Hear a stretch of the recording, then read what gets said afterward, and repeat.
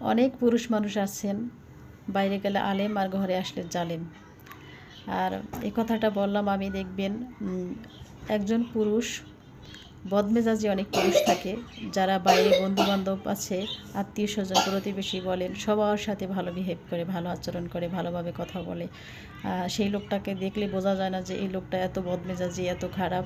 কিন্তু ঘরে আসলে ছোটোখাটো বিষয় নিয়ে কারণে অকারণে তার বাচ্চাদের সাথে, তার স্ত্রীর সাথে গালাগালি করে, ভাষা খারাপ করে, এমনকি স্ত্রীর বাবা মা তুলেও গালিগালাজ করে, গায়ে হাত তুলে।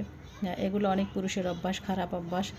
আর সেই পুরুষ দাম্পত্য জীবনে কখনো সুখে থাকে না, না তার স্ত্রী, না সে নিজে, না তার সন্তানরাও ভালো কিছু শেখে।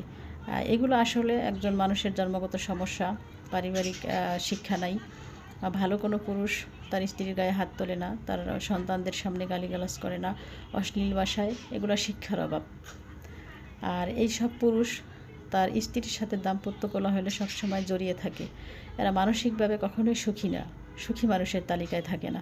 তারা যতই কোটিপতি হোক, যত লক্ষ লক্ষ টাকার মালিকই হোক না কেন, দাম্পত্য জীবনে পারিবারিকভাবে যে সুখে থাকতে না পারে, যে সুখী না হয়, তার জীবনে সে সুখী মানুষের তালিকায় কখনোই পড়ে না।